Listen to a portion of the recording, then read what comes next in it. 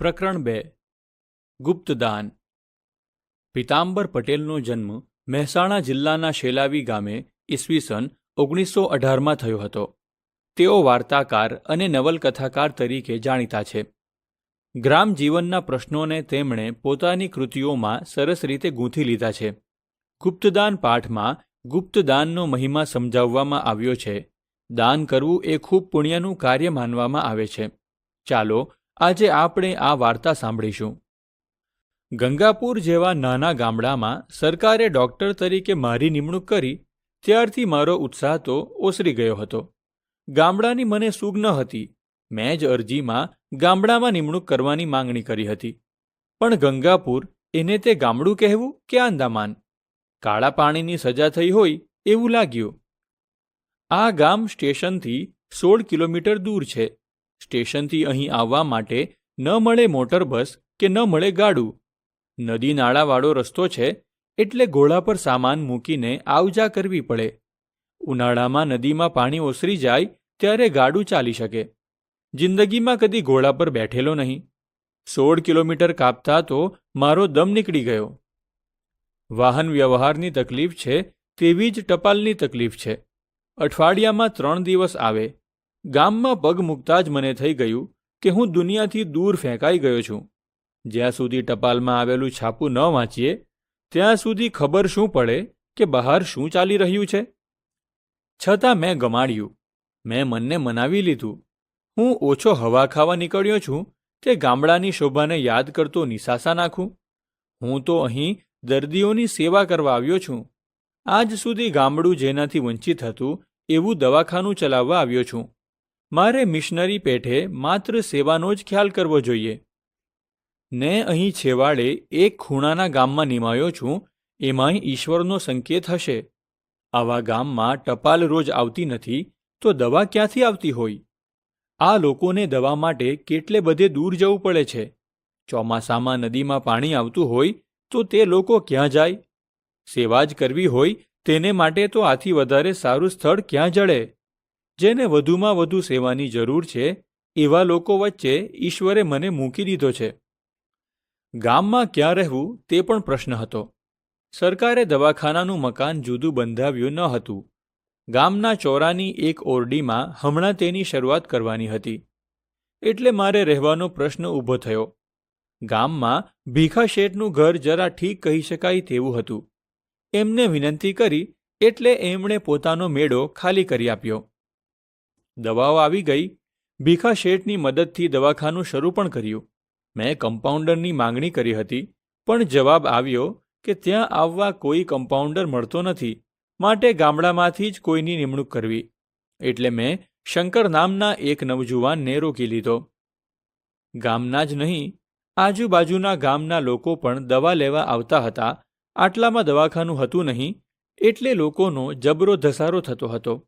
હું એકલો પહોંચી વળતો ન હતો. દવાઓ પણ પહોંચી શકતી ન હતી. પણ મને કંઈક કરવાનો ઉમંગ હતો એટલે નહોતો થાક કે નહોતો આવતો કંટાળો. મને ભીખાશેઠનું વર્તન અકળ લાગ્યા કરતું હતું. પાઈ માટે એ મરી જાય. તેમની પાસે ખાસ્સી મૂડી હતી. દુકાન ચલાવતા હતા અને ધીરધાર પણ કરતા હતા. તોય તે પગે ચાલીને સ્ટેશને જાય. ઉનાળાના દિવસોમાં ગાડા ચાલતા હોય તોય તે ખરા તડકામાં ચાલી નાખે. પાસે સામાન હોય તો મજૂર કરી લે પણ ગાડામાં ન બેસે. પાછા શેઠ જબરા કરકસરિયા. ખરું જોતા તો તેમને કંજૂસ જ કહેવા જોઈએ. ગામમાં કદાચ એ જ પૈસાદાર હશે છતાં મેં તેમના શરીરે કદી સારું લુગડું જોયું નથી. થાગડ થીગડવાળું ધોતિયું હોય અને એવો જ જબ્બો હોય. જોડા પણ જૂના ખેંચે રાખતા હતા. મને થયું કે આવા કંજૂસના ઘરમાં ક્યાંથી રહેવા આવ્યો. ખૂબી તો જુઓ. ઘરમાં ખાનારા માત્ર 3 જીવ હતા. શેઠ, શેઠાણી અને એકનો એક નાનો દીકરો. પણ શેઠાણીને એ સુખે ખાવા દેતા હશે કે કેમ એ શંકા છે. જે પૈસાને જ પરમેશ્વર ગણે એને બીજું શું દેખાય? તેમના બાપને એ ખોટના દીકરા હતા એટલે ભીખો નામ પાડ્યું હતું. તેમને પોતાને પણ નાથો ખોટનો દીકરો હતો. પાછળથી ઘણુંય ભર્યું હતું પણ શેઠનો હાથ બંધાઈ ગયો હતો.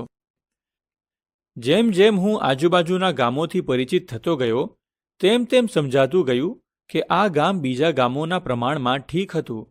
તેમાંય ભીખા શેઠનું નામ તો ચોમેર પંકાયેલું હતું. લોકો પણ એમને માન આપતા હતા. આ જોઈ મને મનમાં ખેદ થતો હતો કે લોકો પૈસાને જ નમન કરે છે, સત્તા આગળ જ સીધા રહે છે, તેમનો સેવક થઈને જાય તેને તો ધક્કે ચડાવે એવા છે. ખરું જોતા તો મારે ભીખા શેઠ માટે રોષ કરવાનું કોઈ કારણ ન હતું. તેમણે મારું કંઈ બગાડ્યું ન હતું. ઉલટું તે તો ડૉક્ટર સાહેબ કહીને અડધા થઈ જતા હતા. તેમણે મને રહેવા મેળો પણ ખાલી કરી આપ્યો હતો.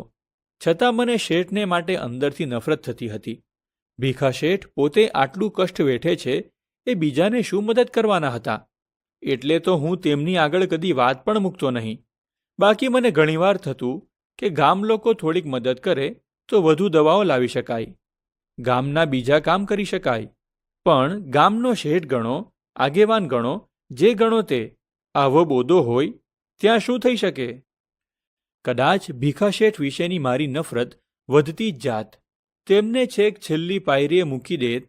પણ એક બનાવ એવો બન્યો કે ભીખા શેઠ વિશેની મારી માન્યતા જ બદલાઈ ગઈ. એટલું જ નહીં, પણ હું મારી જાતને ઠપકો આપવા લાગ્યો. તે માણસ ઓળખવામાં કેવી થાપ ખાધી? એવું બન્યું કે ગામમાં મેલેરિયાનો પવન વાયો. આમેય દર વર્ષે આ બાજુ મેલેરિયાનું પ્રમાણ વધારે રહે છે. નદી નાળામાં પાણી ભરાઈ રહે, એમાંથી મચ્છર થતા અને આજુબાજુના ગામડાઓ સુધી મેલેરિયા ફેલાતો. દવાખાનું સરકારી ખર્ચે ચાલતું હતું, એટલે જે પ્રમાણમાં દવાઓ મળતી હતી તે આવા સમયમાં દર્દીઓ માટે ઘણી થોડી હતી. એટલે મેં ગામના આગેવાનો આગળ વાત મૂકી ને ગામ લોકો મદદ કરે તો બધાને છૂટથી દવા આપી શકાય, ઇન્જેક્શન પણ મંગાવી શકાય અને આજુબાજુના ગામડામાં પણ રાહત આપી શકાય. પણ લોકો તો એકબીજાની સામે જોઈ વિખરાઈ ગયા. ભીખા શેઠ પણ કંઈ ન બોલ્યા.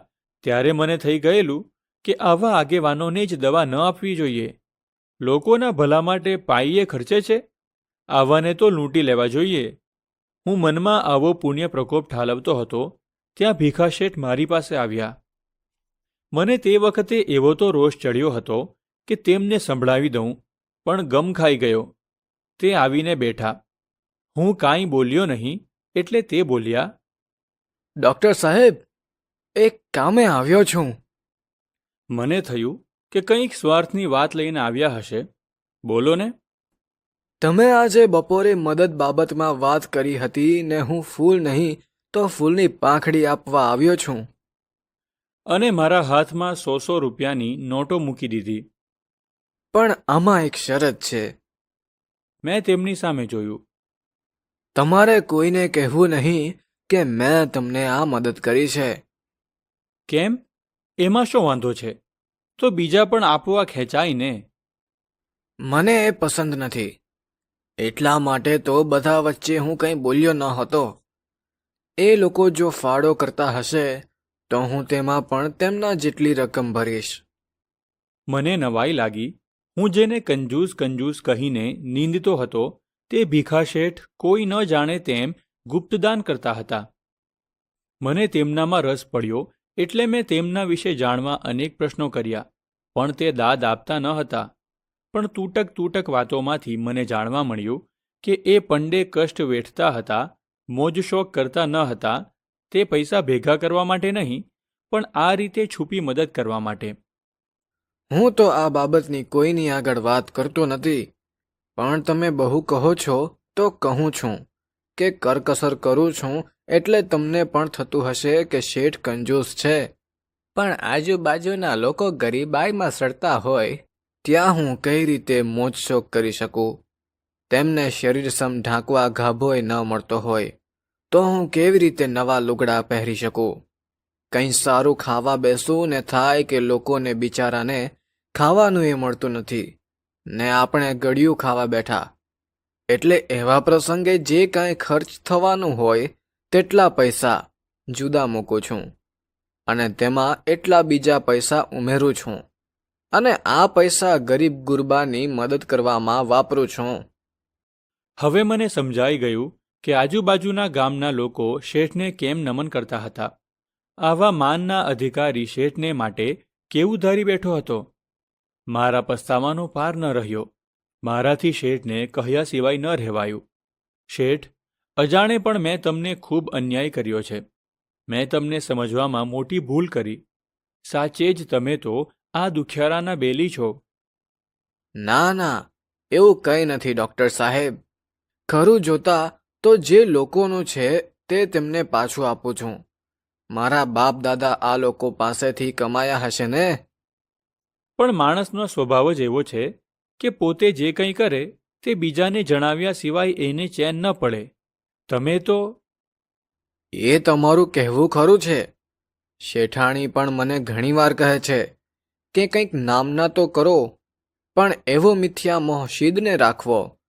મને એક સાધુ મહારાજે કહેલું કે તું એવી રીતે દાન કરજે કે જો તું જમણે હાથે દાન આપે તો તારો ડાબો હાથ પણ ન જાણે. એ વાત મારા દિલમાં ખરેખર વસી ગઈ છે અને ત્યારથી આ જ રીતે મદદ કરું છું. એ વખતે મેં શેઠને નમન કર્યા. બહારથી થાગડ થીગડવાળા દેખાતા શેઠ દાનવીર જ નહીં, પણ જીવનની સૂઝવાળા વિચારક પણ હતા. હું શેઠ સામે માનભરી નજરે જોઈ રહ્યો. આ ધન હું કમાયો નથી, મારા બાપ વારસામાં આપી ગયા છે, એટલે મારે એ વારસો મારા પુત્રને આપવો જોઈએ.